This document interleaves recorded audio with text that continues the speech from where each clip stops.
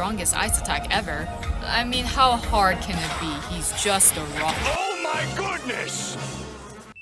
Welcome to the second episode in my series, Console 2 Canvas, where I, an amateur artist and avid video game fan, studies a specific game's art style and then attempt to make a new character design for that game's universe.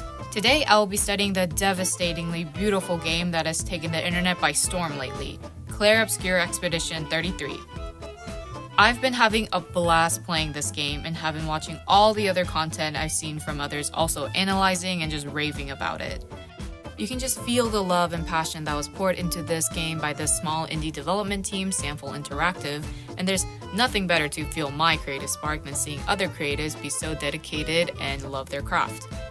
And as you saw in the intro, I am still learning the parry and dodge timing like everyone else playing this game pretty much. So with that, I haven't fully finished this game yet. So because of that, this video will not have any major spoilers, so you can watch worry-free if you haven't finished the game yet either. Now this will be a slight different approach compared to my first Console 2 Canvas episode, which I'll have linked in the description below if you're interested, where I try to fully mimic the game's art style. Given that this game is a more painterly and 3D style, and I, a 2D artist who does not have the skills to render like that, decided to spare myself and will be instead studying the art direction of Expedition 33. I think this approach was more fitting for this game as well because I think the art direction is what caught most people's attention. And by that I mean the overall art concepts and what inspired the game setting. So to understand why Expedition 33 looks the way it does, we'll first have to do a quick history lesson.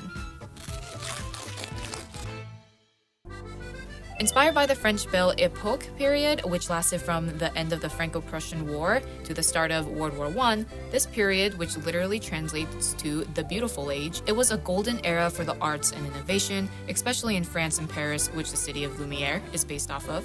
But what's most notable about this period was that despite the grandeur of the glittering boulevards and technological innovations, there was a dark side to this era. Political and racial tensions were high, and many who were not the well-off urban populace lived in very poor conditions.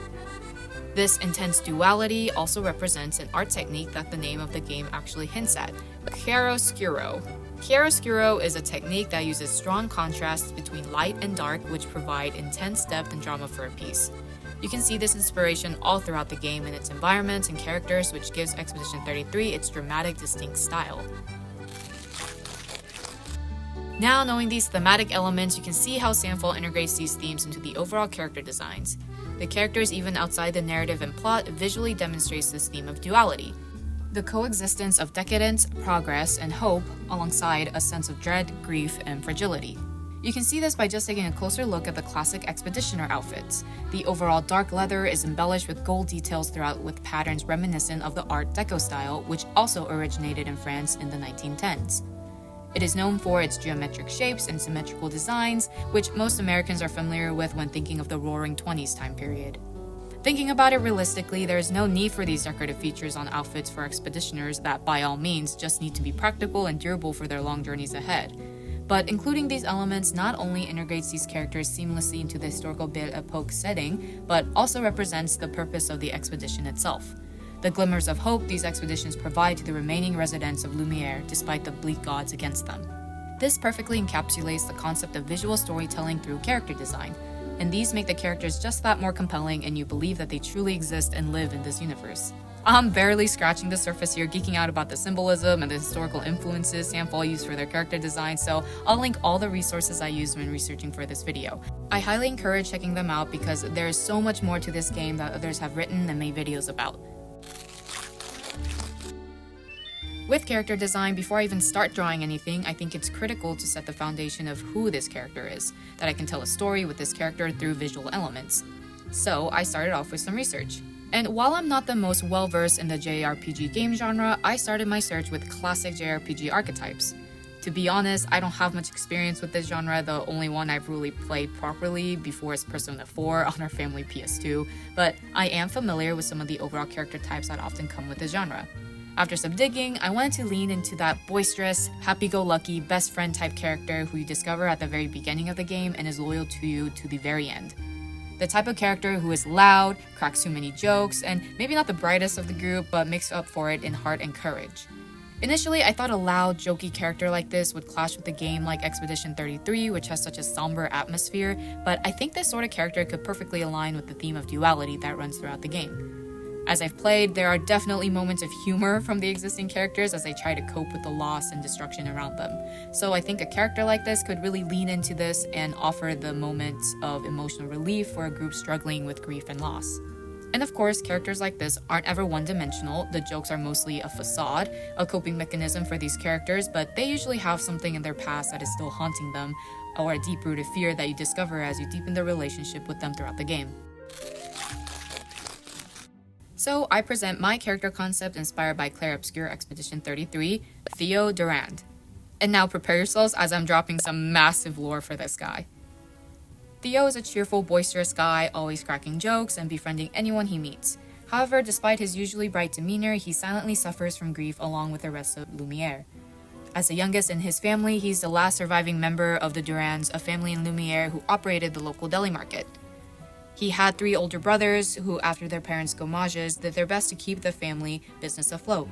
And he was always helping out at the store with deliveries and constantly hauling around heavy boxes, so most of the locals all know him. Because of this, he grows to be a pretty big guy with incredible stamina. He excels in any physical activity and even helped train Maëlle on her swordsmanship skills after she was adopted by Gustave and his sister.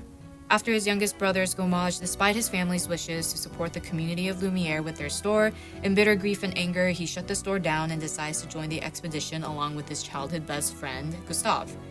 Especially because it was too much to bear operating the store alone when everything in there reminded him of his family. And for his last year, he figured his strength may be of greater use to the expedition instead. Now for his relationship with Gustave, he befriended him as kids when Gustave offered to fix one of his automaton toys after he broke it. Since then, he's been always in awe of Gustave's engineering skills and stuck by his side, glad to bring him whatever else he broke as a challenge for Gustave to fix. For the visual elements of this character, I really leaned into the best friend archetype and gave him an approachable, cheerful look, but with just a tinge of sadness and aging due to the grief that he has experienced already. I wanted to make him look dependable and someone you can trust, and the guy all the expeditioners know will have their back in moments of need.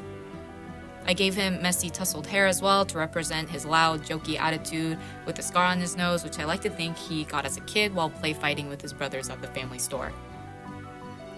Also, considering how rich this game is with character interactions, I thought he would have some really interesting interactions with the rest of the expedition team and some of the other characters they run into on their journey. And although he's known as the lighthearted, jokey guy of the group, I imagine throughout the game, as you interact with him more, he has a lot of internal struggles that he shares with you. He's still remorseful for choosing to join the expedition over continuing his family's business as they would have wanted him to. And as you continue interacting with him, I imagine he starts to open up more about how most of the time he uses joking and laughing as just a front to mask the fact that he's pretty scared and impacted by grief just like the others in the group. So here is the overall character design for Theo Durand. Let me know what you think in the comments below, and please drop some headcanons that I can just gush over. I love him already. Diving into this game has been so fascinating, and I'm so excited to continue playing and admiring the beautiful visuals and gripping story and characters. Thank you so much if you have watched this far, and leave some comments for what characters you would like to see created for other games you enjoy for the next video in my series. Thanks again, and until next time!